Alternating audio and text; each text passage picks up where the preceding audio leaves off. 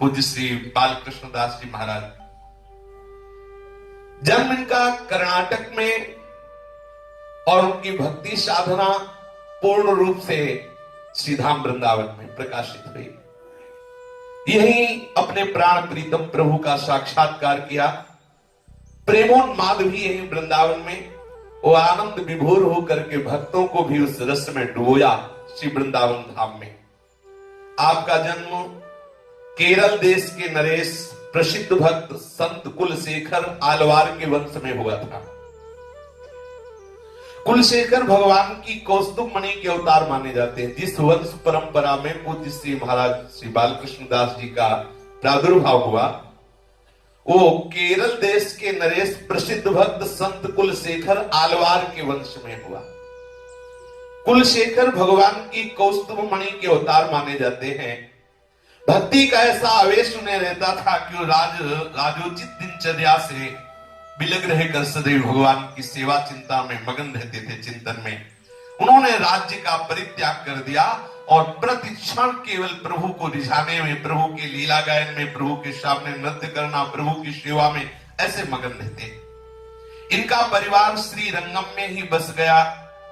जब एकादश सदी के उत्तरार्ध और द्वादश सदी के पूर्वार्ध में वैष्णव आचार्यों के शिखामणि शेषावतार आद्याचार्य श्री रामानुज ने श्रीरंगम क्षेत्र को केंद्र बनाकर विशिष्टाद्वैत और पांचरात्र संप्रदाय की पुनः प्रतिष्ठा की और उसका प्रसार किया, तो ये कुल उनसे दीक्षित हुआ आचार्य चरण श्री रामानुजाचार्य जी से।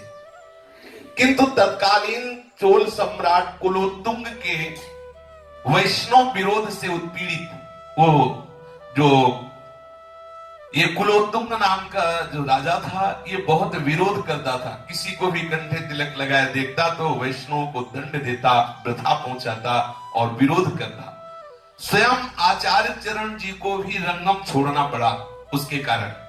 और कर्नाटक में मैसूर के पास एक स्थल पर अपना आवास बनाया। वहां श्री नारायण के एक विशाल मंदिर का निर्माण किया और इसी आधार पर उस स्थल का अभिधान तिरुनारायणपुरम रखा, जो अवांतर काल में मेलकोट के नाम से विख्यात हुआ। मेलकोट। कुलशेखर वंशी परिवार भी आद्य श्री रामानुजाचार्य के साथ श्रीरंगम से तिरुनारायणपुरम अर्थात मेलकोट आ गए। यहां श्री रामानुजाचार्य ने सन 1100 से 1118 तक यहां विराजमान है और इसी स्थल पर सन 1116 में उन्होंने होयसल सम्राट बिट्टी को विष्णुवर्धन के नाम से दीक्षित किया। इसी तिरुनारायणपुरम मेलकोट में श्री महाराज जी का जन्म हुआ। श्री बालकृष्ण दास जी का तिरुनारायणपुरम मेलकोट में जन्म हुआ। बड़ा परम पावन वंश है। रामानुजाचार्य द्वारा प्रवर्तित वेंकटादि आमनाय से संबंध और तिरुपति बालाजी इनके स्थित है, कुल परंपरागत। और मातृपक्ष भी बड़ा महिमामय श्री महाराज जी का। मातृपक्ष गौड़िया संप्रदाय से सुख्यात आचार्य श्री गोपाल भट्ट रंगाचार्य के परिवार की मां थी।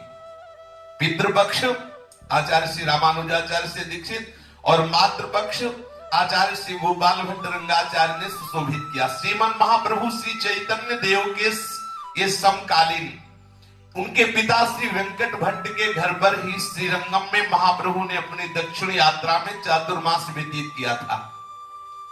महाप्रभु श्री कृष्ण चैतन्य देव की विशेष कृपा इनके ऊपर थी।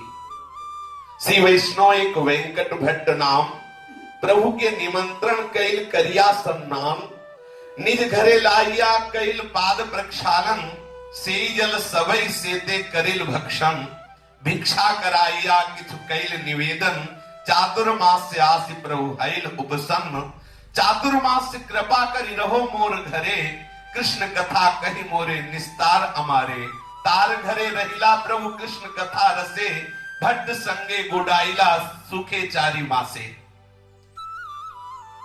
महाप्रभु चैतन्य देव वहां चतुर्मास्य के और बहुत रसमयी चर्चा से पूरे भक्तजनों को आनंद प्रदान किया। तो मम सुत गोपाल भट्ट तव पद में लुंठित, आज दिवस की भिक्षा में सादर अर्पित, करुणा में प्रभु करे कृपा कर अंगीकार, इसे करे निज भृत सदैव दे चरणाधार। परिवार वालों ने श्री गोपाल भट्ट जी को महाप्रभु के चरणों में अर्पित किया और कहा ये भेंट स्वीकार करें, अर्थात ये पुत्र श्री वेंकट भट्ट ने कि ये पुत्र हम आपके चरणों में अर्पित करते हैं। महाप्रभु ने देखा कि 8 वर्ष के श्री गोपाल भट्ट जी थे। 8 वर्ष का वो बालक ऐसे अश्रु प्रवाहित करते हुए महाप्रभु के चरणों का स्पर्श कर रहा है। कितना अहोभाग्य जो आज राधा रमन जी कृपा करके विराजमान है, शालिग्राम स्वरूप से प्रकट होकर ये गोपाल भट्ट जी के प्रेम का देखो कैसे महामहिमा में श्री गोपाल भट्ट जी 8 वर्ष के हैं। प्रेमावतार श्री कृष्ण चैतन्य महाप्रभु के चरणों में ऐसे कर कमल रखे और महाप्रभु की तरफ देख के अश्रु प्रवाहित और महाप्रभु दोनों कर कमल से दुलार कर रहे हैं गोपाल भट्ट जी का। महाप्रभु ने गोपाल भट्ट जी से कहा कि कल कावेरी में स्नान करके आना, मैं तुम्हें दीक्षा दूंगा। कल प्रभात आना करके कावेरी स्नान, सविधि दीक्षा तुम ही एकमात्र मम दीक्षित शिष्य प्रधान, तुम में ही करता मैं सुई तेज आधान।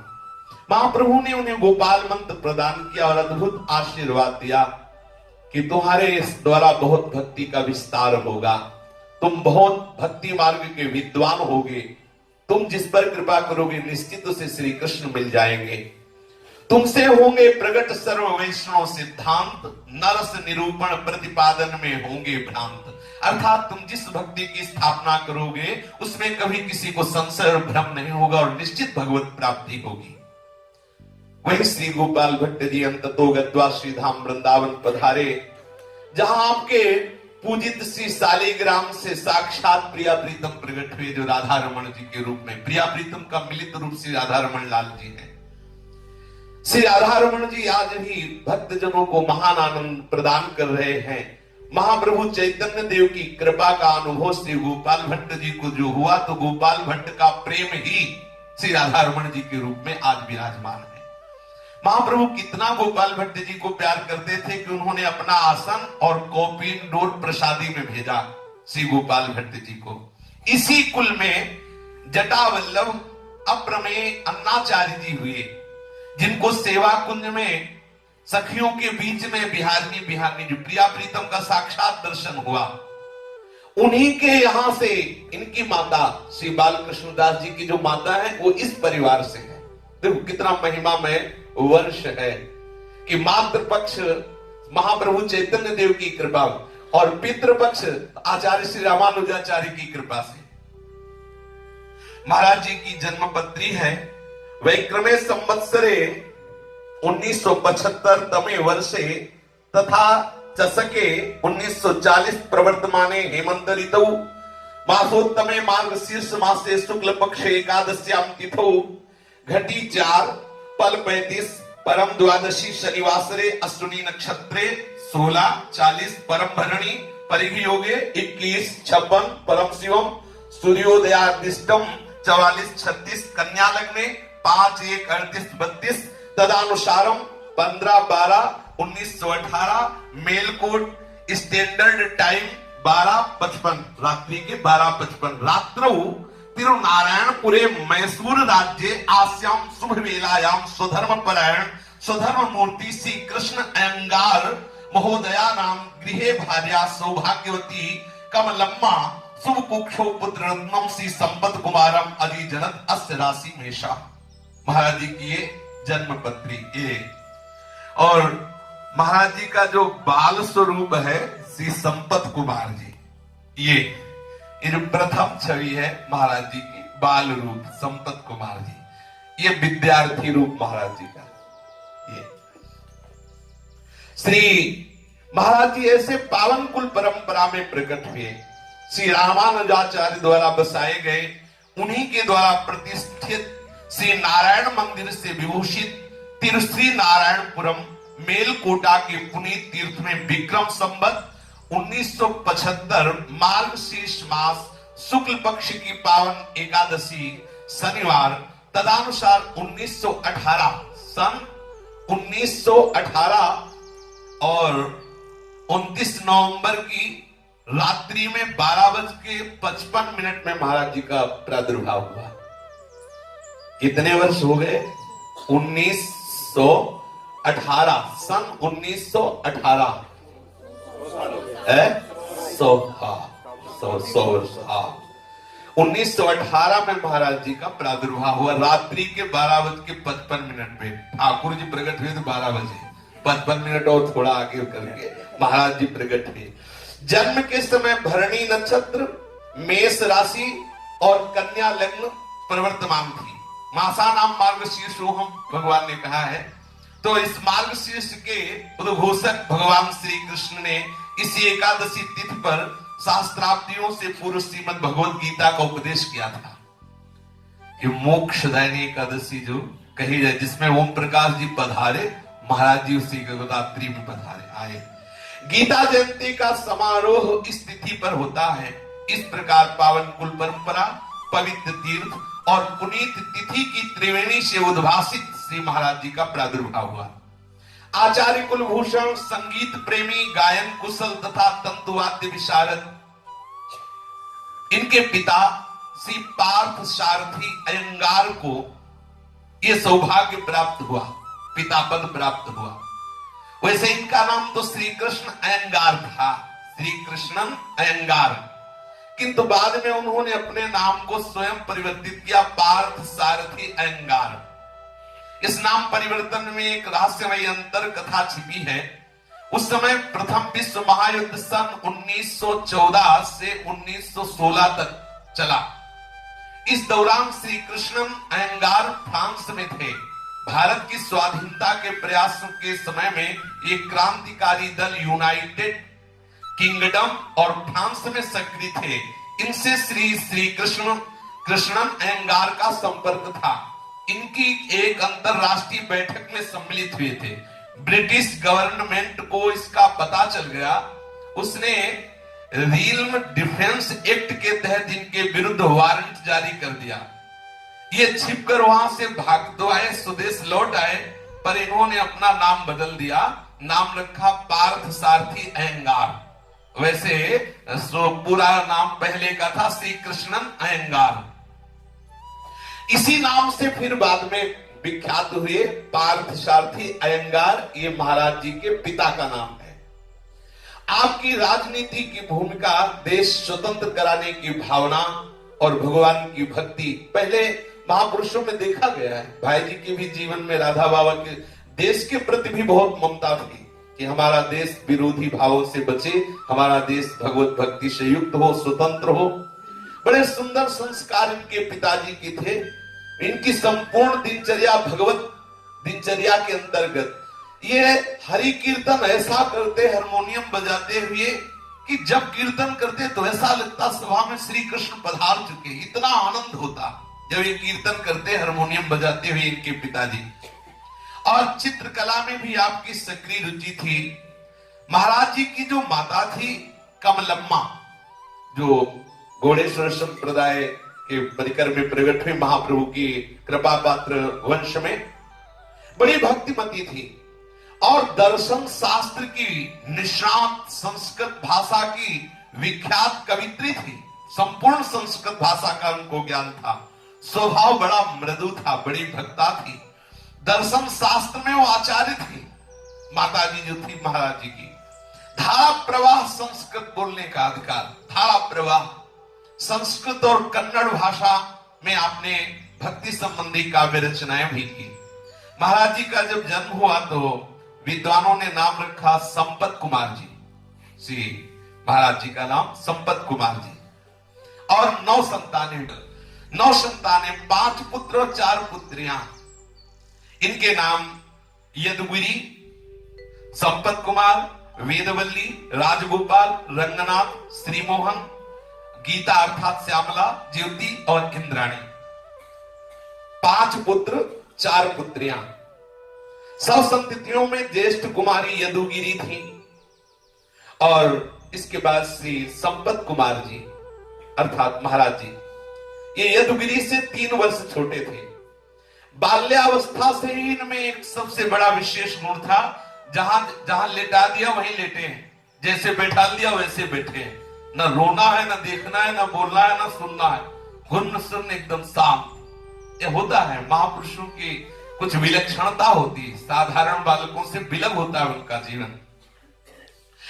प्रारंभ से ही लग रहा था कि कोई महापुरुष है, ना किसी से बोलना, ना जैसे छोटे बच्चे रोते हैं चीखते हैं, ऐसा कुछ जिधर लिटा दिया उधर लेटे हुए, बैठा दिया बैठा, पवा दिया पा लिया, शांत एकदम गंभीर रहते और बड़ी कुशाग्र दृष्टि, बड़ी कुशाग्र बुद्धि, जिसकी तरफ देखते बहुत गंभीरता से देखते, बड़ी सूक्ष्म दर्शिता थी।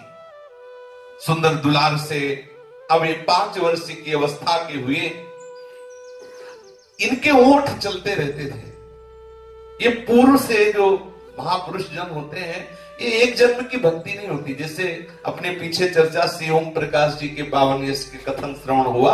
आप देखो इतना छोटा सा बालक और कैसी उत्तम भक्ति, बड़े बड़े परमहंसों की दिनचर्या उसके जीवन में। ये क्या, बहुत जन्म से भगवत भक्ति करते चले आ रहे हैं, परिपक्व अवस्था को प्राप्त हुए। महाराज जी के ओठ हिलते रहते, बच्चापन में भी लगता कुछ जप रहे हैं। 5 वर्ष की आयु में आपको बुखार हो गया, बहुत भयंकर बुखार हो, 3 वर्षों तक बुखार रहा। 3 वर्ष तक, 3 दिन नहीं, 3 वर्ष तक बुखार रहा। ना आप रोते, ना किसी से बोलते, जो दवा पवा दी गई, दवा पवा दी गई, ने ओठ हिलते रहते। ऐसा लगता भगवान नाम जप कर रहे हैं। शांत स्वभाव, सहनशीलता की चरम सीमा, 3 वर्ष तक बुखार, स्वभाव बड़ा गंभीर। ऐसी व्याधि में भी ना तो रोए, ना किसी परिजन को कष्ट दिया। शरीर अत्यंत क्षीण हो गया, आप शांत ध्यानस्थ पड़े रहते। औषधि दे दी तो औषधि ले ली, भोजन पवा दिया तो भोजन पवा दिया, बस आंखें बंद हैं, सैया पे पड़े हुए। ऐसा प्रतीत होता था कि मानो ये भगवान के ध्यान में डूबे हुए हैं, शरीर का इनको पता ही नहीं है। इतनी छोटी अवस्था में 3 वर्ष तक बुखार रहा। जब धीरे धीरे 8 वर्ष की अवस्था में पहुंचे तो प्रथम भाव स्थिति की घटना घटी। आप प्राइमरी स्कूल में पढ़ने जाते थे। एक दिन अध्यापक ने समंतक मणि की कथा सुनाई। जाम्बवंत ने श्री कृष्ण से युद्ध किया, आता है समंतक मणि की कथा में, और ये 28 दिन तक युद्ध चलता रहा। महाराज जी 8 वर्ष की अवस्था के हैं, प्राइमरी स्कूल में पढ़ने जा रहे हैं, और वहां मास्टर ये कथा सुना रहे हैं, ये गंभीरता से सुन रहे हैं। 28 दिन तक भक्त और भगवान में युद्ध हुआ, जाम्बवान और श्री कृष्ण चंद्रजू में। श्री कृष्ण चंद्रजू के प्रहार से जाम्बवान के अंग अंग में पीड़ा पैदा हुई। विचार किया कि ऐसा कोई महाबली सृष्टि में नहीं है जो जाम्बवान को पीड़ा पहुंचा। जाम्बवान कोई छोटे मोटे वीर थोड़ी। जब भगवान ने बलि से पृथ्वी ली ना, बलि से, तो कहते हैं 48 मिनट में पूरे अखिल ब्रह्मांडों की परिक्रमा करके जय घोष कर दिया। हाँ, 24 दूनी 48 मिनट में 7 परिक्रमा, संपूर्ण विश्व 7 परिक्रमा, संपूर्ण। ऐसे ऐसे बलि थोड़ी जाम्बवान, 48 मिनट, कितनी बड़ी बात है। तो जब प्रभु का घूंसा पड़ा तो इनके नस नस टूट गए। तब इन्होंने विचार किया कि ऐसा कोई महाबली नहीं जो मुझे परास्त कर सके। तब हाथ जोड़ के कहा कि इतने दिन युद्ध में हमारे सामने कोई टिक जाए और मुझे परास्त करे, वो केवल मेरा स्वामी हो सकता है, दूसरा नहीं। यदि आप मेरे स्वामी हैं तो आप मुझे राम रूप में दर्शन दीजिए, मेरे हृदय का संशय दूर हो। भगवान श्री कृष्ण मंद मंद मुस्कुराए तो देखा गंभीर स्वरूप भगवान राम विराजमान है। वो चरणों में लौट गए, भाव विभोर हो गए और स्तुति करने लगे, प्रभु मुझे क्षमा करो, मैंने जाना नहीं, आपसे 28 दिन तक युद्ध करता रहा। जेव ही जाम्बवन दैन्य होकर प्रभु के चरणों में विनय कर रहे हैं। ये बात सुनते ही कुर्सी में बैठे बैठे महाराज हुंकार मारी, जो संपत कुमार जी विद्यार्थी, और गिर पड़े नीचे। सबको लगा कि क्या हो गया इनको, एकदम ये क्या हो गया, कैसे गिर गए। शरीर में रोम रोम खड़े हो रहे हैं, शरीर में कंप आदि जो सात्विक भाव है वो प्रकट हो रहे हैं। अध्यापक और छात्र सब स्थिति देखकर विस्मित हो रहे हैं। इसी स्थिति में उनको माता पिता के घर पहुंचा गया। जागृत अवस्था जब हुई, बेसुध अवस्था से जब बाहर निकले, तब पिताजी ने, माता ने, सबने पूछा कि क्या बात, तो उनका मुझे दिखाई दे रहे थे कि श्री कृष्ण कैसे राम बने और कैसे जाम्बवान जी उनके चरणों में रो रहे। हमें सहा नहीं गया और फिर इसके बाद हमें कुछ याद नहीं है, क्योंकि पवित्र हृदय एकदम तन्मय होकर सुन रहे थे। अब आंतरिक आध्यात्मिक पढ़ाई में तो इनका मन लगता है, अर्थात भक्तों की चरित्र पढ़ना, शास्त्र श्रीमद् भागवत पढ़ना आदि आदि। जो लौकिक पढ़ाई उसमें ज्यादा रुचि, वैसे भी जो भगवत मार्ग के पथिक होते ज्यादा रुचि उसमें नहीं होती। महाराज जी की विशेष रुचि आध्यात्मिक शास्त्रों में हुई। 10 वर्ष की छोटी अवस्था में ये बहुत से संतों के चरित्र पढ़े और सुने। माता बैठ के सुनाया करती थी चरित्र महाराज जी को। भगवत भक्त बनाने में सबसे पहले गुरु होती है माता। माता के उपदेश का बहुत बड़ा प्रभाव पड़ता है। श्री परमहंस रामकृष्ण देव जी की जीवनी महाराज के हाथ पड़ गई, संपत कुमार जी के हाथ, मानो जैसे आग में घी पड़ गया हो। रामकृष्ण परमहंस देव की जीवनी पढ़ते ही आपके हृदय में बड़ी विकलता हुई कि मुझे भी यह स्थिति प्राप्त करनी है जो रामकृष्ण देव जी की स्थिति है, जो विवेकानंद जी का विवेक है, जो राम तीर्थ जी का चिंतन है, वही मेरा चिंतन होना चाहिए। छोटी सी अवस्था में 10 वर्ष में ही निश्चय कर रहे हैं अंदर से कि मुझे भगवत प्राप्त बनना है, मुझे इस संसार के भोग नहीं चाहिए।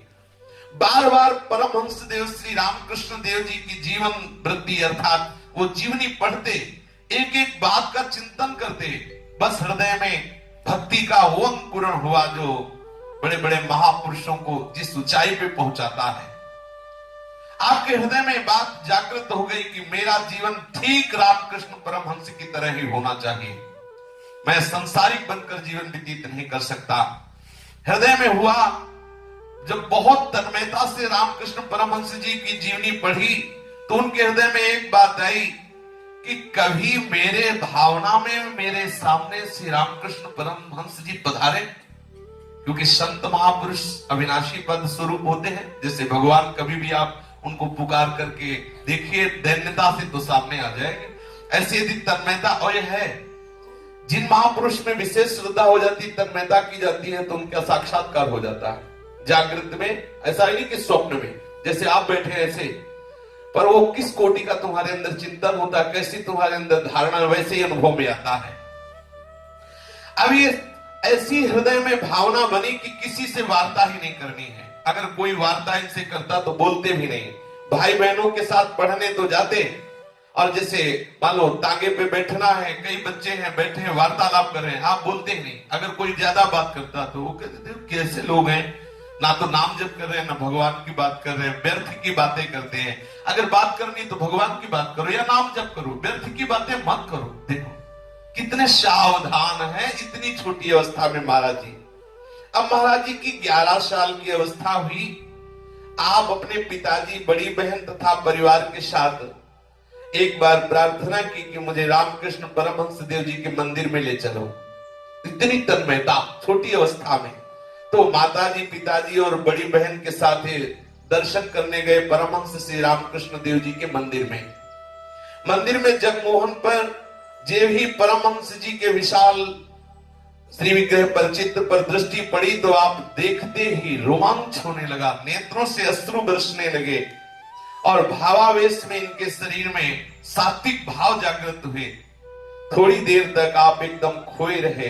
परिवार के लोगों ने देखा कि इनका शरीर तो जड़ हो रहा है, नेत्र खुले हुए हैं, पलक झपना बंद है। सब आश्चर्यचकित हो गए कि रामकृष्ण परमहंस में ऐसी दृढ़ भावना, ऐसी दृढ़ निष्ठा इनकी, ये कोई साधारण बालक नहीं है। थोड़ी देर वहां रुके, धीरे धीरे इनका भाव शांत हुआ, शरीर शिथिल हो गया। परिवार के सदस्य इनको संभाल कर घर ले आए। तब से घर के व्यक्ति आप इनसे कहा करते थे कि अब मुझे लगता है तू भी परमहंस बनेगा, क्योंकि रामकृष्ण परमहंस से तेरा बहुत व्यवहार हो रहा है, तू उन्हीं के चरित्र पढ़ता है, उन्हीं का चिंतन करता है, उन्हीं से प्यार करता है, तो तू भी परमहंसी बन जाएगा। ऐसे विनोद में घर के भाई बहन कहते हैं। आपको भगवत चरित्र पढ़ने का एक व्यसन सा हो गया। जहां एकांत होते तो भगवत बहुत ये होना चाहिए। उपासक को कभी खाली समय नहीं बैठना चाहिए। महापुरुषों के जीवन चरित्र, भगवान की रसमयी लीलाएं, कथाएं हर समय मन को पढ़ाते रहना चाहिए। आप अधिक जागरण में समय देते, अर्थात बहुत कम सोते, उस अवस्था से ही अधिक समय जागरण में देते, और बड़ा संकोची स्वभाव, आप अपनी कोई भी भागवतिक बातें सबको बताने की चेष्टा न करते, अर्थात सबसे अपने भावों को छुपाने की चेष्टा करते। महापुरुषों के जीवन चरित्र में एक एक बात का चिंतन करना चाहिए, भक्त का कैसा जीवन होता है, ये भगवान ही महापुरुषों के रूप में आकर अपने को बताते हैं कैसे हमें प्रभु की भक्ति करनी।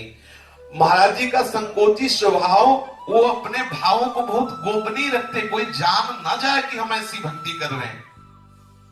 माता पिता और बहन यदुगुरी, इनका रुझान कीर्तन में बहुत था। 10 लोग एकत्रित हो गए, खूब नाम कीर्तन करते, तो संपत कुमार जी भी उनके साथ कीर्तन में रहते। संपूर्ण परिवार एक बार कीर्तन में तुमकुरु में निवास किया, यही आपकी पढ़ाई भी थी। संपत कुमार जी बसवनगुड़ी में अपने नाना श्री नरसिंह अयंगार के घर पर रहे। कुछ दिनों बाद पिता ने श्री संपत कुमार, कुमारी वेदवल्ली और अनुज राम गोपाल को मामा श्री वेंकटाचार्य के घर पढ़ने के लिए बंगलौर में रखा। श्री संपत कुमार जी धीरे धीरे अब 16वें वर्ष में प्रवेश कर चुके। महाराज जी की अवस्था 16 वर्ष की हुई। तीव्र बुद्धि होने के कारण आप स्वभावतः पढ़ाई में बड़े प्रवीण दिखाई देते। अंदर की पढ़ाई अलग थी, लेकिन एक बात और देखा गया कि जो भगवत भजन करने वाले होते हैं वो कभी फेल नहीं होते, क्योंकि उनकी बुद्धि बड़ी पवित्र होती है, उनको ज्यादा माथा नहीं लड़ाना पड़ता। अगर संसारिक बात भी एक बार बता दो और ठीक से सुन ले तो जीवन में कभी भी सुन लेना, क्योंकि उनकी मेधा शक्ति बलवान होती है। इसलिए वो ज्यादातर अगर लौकिक भी पढ़ाई पढ़ी तो उसमें बहुत अच्छे नंबरों से पास होते, क्योंकि ज्यादा दिमाग लगाने की जरूरत नहीं। आपकी तीक्ष्ण मेधा का प्रभाव स्कूल में सभी विद्यार्थियों के ऊपर पड़ता। आप यहाँ लगभग 3 साल रहे। यहाँ पर भी आप परमहंस देव राम कृष्ण जी का चरित्र सदैव पास रखते, उसी का चिंतन करते और शेष समय भगवान नाम जप करते, भगवत लीला का चिंतन करते। धीरे धीरे महाराज जी के चित्त में संसार की असारता के विचार उठने लगे। बाह्य व्यवहार से आपका मन शुरू से उपराम था, ये सबसे उदासीन रहते, एकांत में बैठना अच्छा लगता। सभी भाई बहनों के रहने के लिए वहां एक ही कमरा था। अध्ययन करके जब भाई बहन सब सो जाते तो आप जाग करके फिर चिंतन करते, बिल्कुल शांत एकांत में, और यही निश्चय करते कि मेरे हृदय की प्यास पढ़ने लिखने से बुझने वाली नहीं, ये भाई बहन माता पिता के पास रहने से बुझने वाली नहीं। मुझे भगवत चिंतन करना है, मुझे रात में सोना नहीं है। मैं उस वस्तु के लिए व्याकुल हो रहा हूं जो धीरे धीरे मुझे अपना बना रही है। हृदय में एक पीड़ा उत्पन्न होती है। मुझे ऐसी उच्च आध्यात्मिक स्थिति कैसे प्राप्त हो जैसे रामकृष्ण परमहंस जी की है। आकांक्षा करते, हृदय विकल हो जाता, कैसे? इसी चिंता में आपके दिन व्यतीत हो रहे थे तो आपके मन की एक विचित्र दशा हो गई। अब ना भोजन अच्छा लगने लगा, ना पानी अच्छा लगता, ना किसी से बोलना अच्छा लगता, ना भाई बहन से मिलना अच्छा लगता। जैसे तैसे दिन व्यतीत होता, रात्रि में एकांत में व्याकुलता पूर्वक चिंतन करते, क्या करूं, कहां जाऊं, कैसे कैसे करूं जो मुझे ये स्थिति प्राप्त हो। भाई बहन तो घोर निद्रा में होते और आप लेटे लेटे ही इसी चिंतन में डूबे रहते। एक दिन हृदय में बड़ी पीड़ा हुई, रामकृष्ण परमहंस जी से रोकर प्रार्थना की कि मुझे जब से सुधि हुई तब से हमने आपको वरण किया है, हृदय से आप कृपा करें, आप मुझे दर्शन दें, आप मुझसे बात करें, आप मुझे उपदेश करें। बहुत विकल हो गए। पक्का समझ लेना, कोई भी जो सिद्ध महापुरुष है वो अब भी है, ऐसा मत मान लेना कि वो पधार गए, अब भी है। आप देखना चाहें तो आप वैसी निष्ठा बनाएं, भावना करें, तन्मयता करें, बिल्कुल बिल्कुल पक्का अनुभव की बात। जिस महापुरुष को चाहो उसी महापुरुष का साक्षात्कार कर सकते हो। आज भी, अब भी, वो अब भी है। इतनी व्याकुलता बढ़ी कि उनको लगा कि अगर आज रामकृष्ण परमहंस देव जी ना मिले तो हो सकता है हमारे प्राण व्याकुल हो जाएं और हमारे शरीर को छोड़ दें।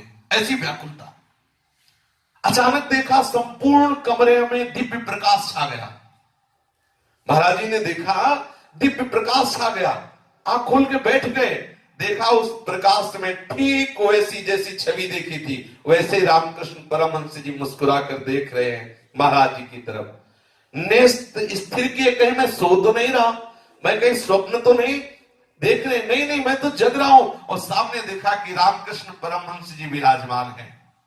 रामकृष्ण परमहंस देव जी के चरित्र का पठन करते थे, चिंतन करते थे, आकांक्षा करते थे। आज जिनके विषय में वो दर्शन की लालसा करते तो सामने थे। आप नतमस्तक हुए, साष्टांग प्रणाम किया। परमहंस रामकृष्ण देव जी के अधरों पर मंद मंद मुस्कान थी। वो आपको एकटक निहार रहे थे। ऐसा प्रतीत हो रहा था मानो जैसे एक नवजात शिशु पर अपनी मां की कृपा दृष्टि होती है। ऐसे रामकृष्ण परमहंस देव अपने नेत्रों से भगवत कृपा रूपी वात्सल्य की वृष्टि कर रहे थे। रामकृष्ण परमहंस जी ने कहा, चलो चलो अब यहां से चलो, अबे तुम्हारा समय यहां व्यतीत करने का नहीं, चलो यहां से, यहां रहने की अब तुम्हें जरूरत नहीं, चलो। उनकी उज्ज्वल अंग कांति, वो जब मंद मंद मुस्कुराते रहते तो उनकी दंत पंक्ति से तेज निकल रहा था।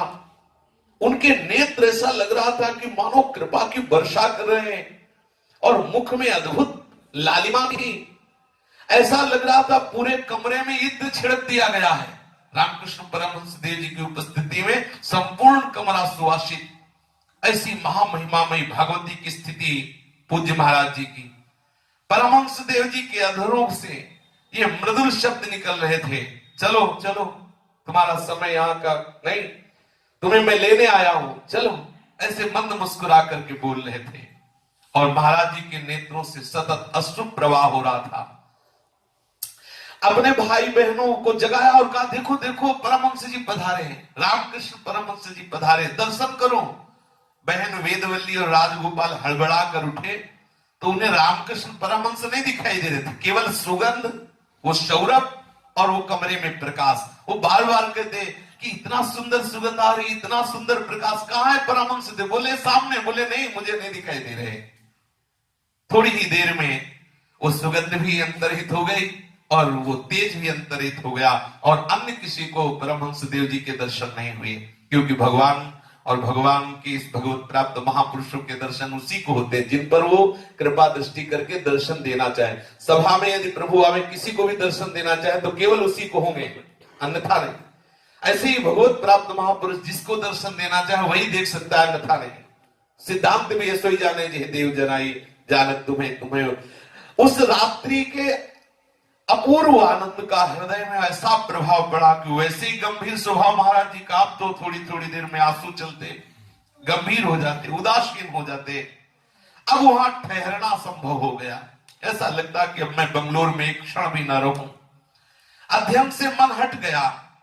अब मन में नाच पड़ा मन, और ये मांग उठ गई कि अब मैं विरक्त हो जाऊं, सब कुछ छोड़ दूं, संत बन जाऊं। और बार बार वो शब्द रामकृष्ण परमहंस देव जी के गूंजते, चलो चलो यहां से, चलो मैं तुम्हें लेने आया हूं।